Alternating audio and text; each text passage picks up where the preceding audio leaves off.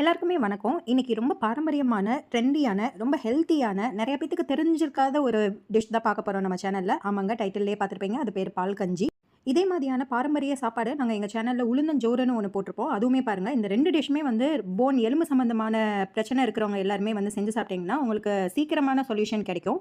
நம்மளோட வீடியோக்குள்ள போயிடலாம். வெல்கம் டு மாமியார் சமையல். இன்னைக்கு இந்த பால் கஞ்சி செய்றதுக்கு 50 கிராம் புழுங்கல் அரிசி, 50 கிராம் பச்சரிசி எடுத்திருக்கோம். 50 கிராம் உளுந்து எடுத்திருக்கோம். இந்த பச்சரிசியையும், புழுங்கல் அரிசியையும் நம்ம லைட்டா கிரைண்ட் பண்ணிக்க போறோம். ஒரு பல்ஸ் மோட்ல வந்து அரைச்சு வச்சுக்கோங்க. இந்த மாரி. இத இப்ப குக்கர்ல ஆட் பண்ணிக்கோங்க. உளுந்த நல்லா வாஷ் பண்ணிட்டு, அரிசி வாஷ் பண்ண முடியாது ஏன்னா கரைஞ்சிரும். உளுந்த நல்லா வாஷ் பண்ணிட்டு, அதையுமே இதோட ஆட் பண்ணிக்கோங்க. நல்லா ஃபில்டர் பண்ணிட்டு ஆட் பண்ணுங்க. இதோட ஒரு பெரிய பல்லு பூண்டு எடுத்துக்கிறோம் நம்ம. ஒரு 6, 7 பல்லு இருக்கிற மாரி. இந்த ஃபுல் சைஸ் பூண்டு எடுத்துக்கோங்க. இதோட 1 ஸ்பூன் வெந்தயம் ஆட் பண்ணுறோம். 3/4 ஸ்பூன் சீரகம் ஆட் பண்ணுறோம். இதோட 1 லிட்டர் தண்ணி ஆட் பண்ணி, இதை 4 விசிலுக்கு 4 விசிலுமே எப்படி அடிக்கணும்னா, 2 விசில் ஃபுல் ஃப்ளேமில் இருக்கணும், 2 விசில் மீடியம் ஃப்ளேமில் வச்சு நம்ம இறக்க போகிறோம். இந்த ஸ்டேஜில் வந்து நம்ம உப்பு போடக்கூடாது. உப்பு வந்து விசில் அடங்கி நமக்கு நல்லா குக் ஆனதுக்கப்புறம் தான் உப்பு ஆட் பண்ணணும். என்னங்க பால் கஞ்சின்னு சொல்லிட்டு பாலே ஆட் பண்ணல நீங்க அப்படின்னு நிறைய பேருக்கு டவுட் வந்திருக்கும். இந்த வீடியோவை கடைசி வரைக்கும் பாருங்க. இப்போ நல்லா மிக்ஸ் பண்ணிட்டு நம்ம விசில் வச்சிடலாம். 2 விசில் ஃபுல் ஃப்ளேமில், 2 விசில் மீடியம் ஃப்ளேமில் நம்ம வச்சிடலாம்.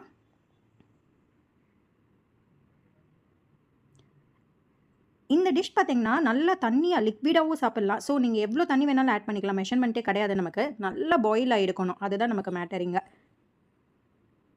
இப்போ 2 விசில் சிம்லேயே வச்சு அடித்து முடிச்சுட்டு ஆவியெல்லாம் போயிட்டு நம்ம இப்போ குக்கர் ஓப்பன் பண்ண போகிறோம். மிக்ஸ் பண்ண எல்லா இன்க்ரீடியன்ஸுமே நல்லா குக் ஆகி வந்திருக்கு. இந்த ஸ்டேஜில் நம்ம தேவையான அளவு சால்ட் போட்டுட்டு நல்லா மிக்ஸ் பண்ணிக்கலாம்.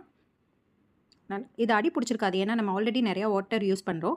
ஸோ இப்போ நான் 50 கிராம் உளுந்துக்கு ஒரு 1/4 லிட்டர் பால் வந்து ஆட் பண்ணுறேன். நீங்கள் பால் தான் இந்த டிஷ்க்கு வந்து ரொம்ப ஹீரோன்னு சொல்லலாம்.